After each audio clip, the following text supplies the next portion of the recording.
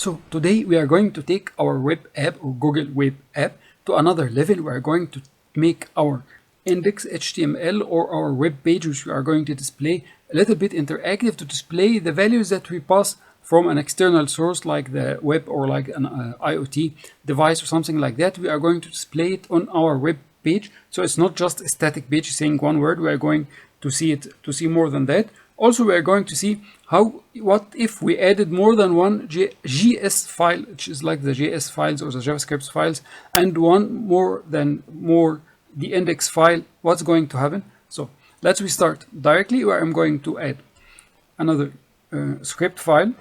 The script file, I will call it test template, for example. Okay, and then simply I will move it a little bit up, move file up, so it's before the index. And then I will going to add another HTML file, and I'm going to call it index2. Okay, and I will keep it at the end. Okay, now we have two more files. We have the code.js, which is the original one that we were using before, through which we had written the data to our file. You can review our previous videos about this. You will find the link on the top here. And that's our original file, or code.js file. And that's our index.html, which is a static file. So I added another index2 file and test template.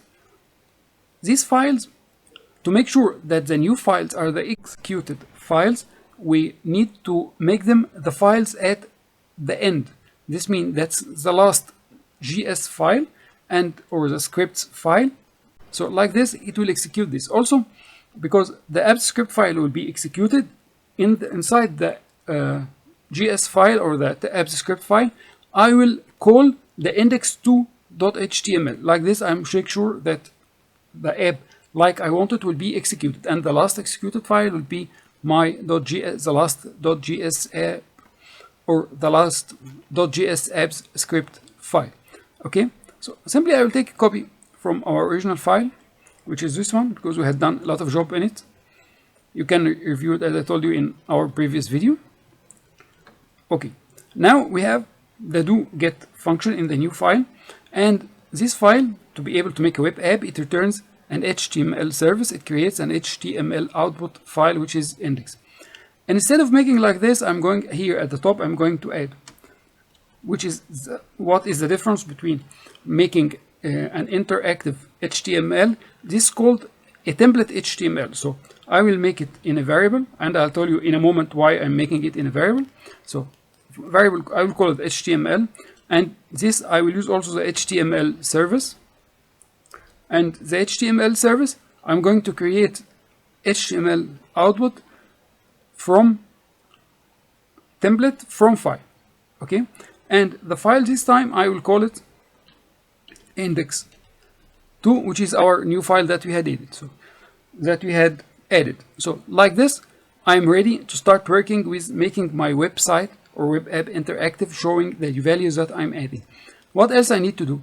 So here I called it on a variable because at the very end I need, instead of returning the fixed HTML, I need to remember the curly bracket because it was removed. So here I need to return the HTML, which is the HTML template dot evaluate. Okay, so like this, I called it my new web page as HTML, and then I had added at the end HTML evaluate, so it will do the calculations. Okay, so that's my first part. The second part, that now I need to add some values to this new HTML page. So I need to prepare them in the app script. So the first preparation I will call the HTML dot, and here I'll put tag. So I need to make dots here. Dot tag. And this one will be equal to our tag that we had prepared before. If you are confused with repeating the same name, you can change the names. There's no problem. Just I'm using them to make consistency so you can see what we are speaking about.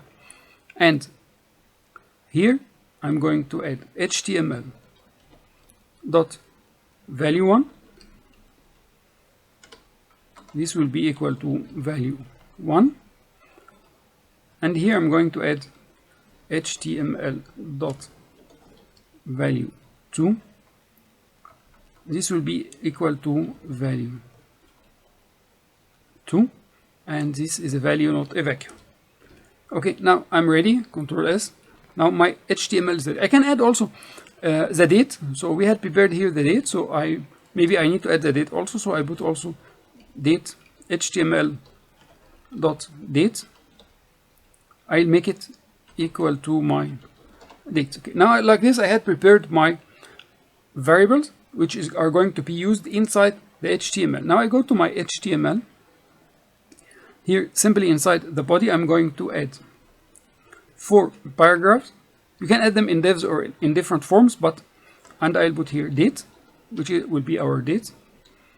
And to add now the tag I had prepared, or the variables that I had prepared in the apps script, I add it in a format that Google called scriptlets. So it's called scriptlets. So the scriptlet, how to write a scriptlet? So simply, I open a tag, and I put a question mark, and then I put an exclamation mark, and then I put an equal sign. And in a coming video, we will see in details why we put each of this. Okay, and then the first one will be the date that I had prepared, and then I need to close it with a question mark and a closing tag, and at the end I need to close my tag, which is the b tag. Okay, so I had prepared my first line. I can copy it, and I need to repeat it a few more times. Okay, so the first one will be the tag. The second one will be value 1.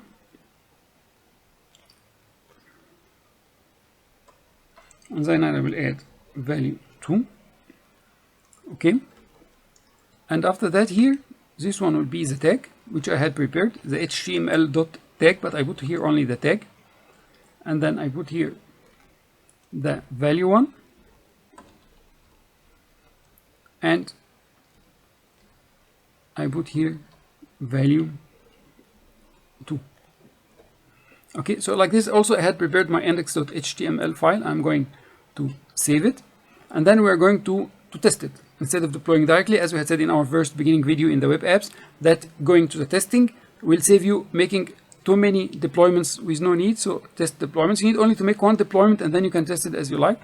I will copy my address here for the test, and then I will go to new tab. I'm going to add my div, and then question mark, and then I'll start adding my tag. I will call it template, so we know that this one is a template. And then I put an and sign, and then I need to add value 1, and I need to add value 2. Then I press enter. Okay, you can see that everything is working. Tag is not working correctly, and here the bees are coming. I need to know why, so we return back here because I didn't make an opening here, so it sees as or part of the writing, so I need to put it here. So that's my first one, and the tag looks fine to me. Then I need to see it in the code. I make Control S, and then I go to the code.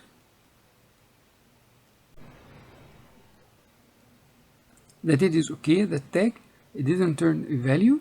Okay, because I can imagine why. So we can repeat it once more here. Okay. I put my question mark, then I put tag, which is equal to template, and value 1, and value 2, which is equal to this number, and then enter. Okay, I think now you can see everything is perfect. If you can figure out why the template was not coming in the first time, just put it in the comments. I will tell you why in the coming videos. I hope you had got an insight now how to make your web app interactive, and you have seen what do we mean by scriptlets, how to write a scriptlet, and how to add the HTML template in our apps script file, how to work with multiple apps script files. So in the coming videos, we are going to more insights from the web apps and the scriptlets and how to add logic in the web page. So wait us for the coming videos. Join, subscribe, spread the information. You will find a wealth of information on our other videos on this YouTube channel, and you will find also a wealth of information our trainings and Fiverr services. You will find the links in the description box with custom 90% discount just for you. See you in coming videos.